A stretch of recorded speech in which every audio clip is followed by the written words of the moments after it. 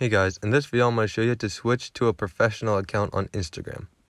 Switching to a professional account gives you a lot more options than you would on a personal account on Instagram. Some of them like analytics and other things. So if you want to do that, first you have to go to Instagram. Now go to your profile. Now, once you're here, click on the bar in the top right corner. And once you click that, click settings. It should be at the top of the pop-up option bar. Now once you're here, click account. It should be near the bottom of all options.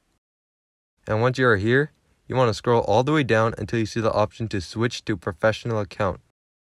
You can also add a new professional account, but if you just want to switch your main account to a professional account, click switch to professional account.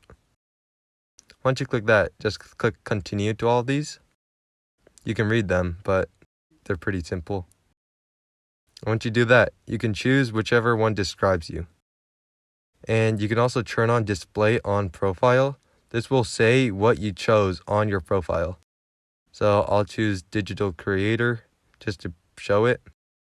They have a lot of options though, so go through all of them and find which one suits you the best. There's things such as entrepreneur, education, editor, writer, grocery store, whichever one works best. And once you find it, click done. Let it load for a bit. It may take a while because it's registering all the information. And once it's done loading, it's going to show this option right here. Are you a creator? If you're a business, you can click business. If you're a creator, a singular person, you can just click creator. And then you click next. Once you've done that, your professional account is set up. You can do these steps it shows, or you can just click the X in the top right corner to get right to it.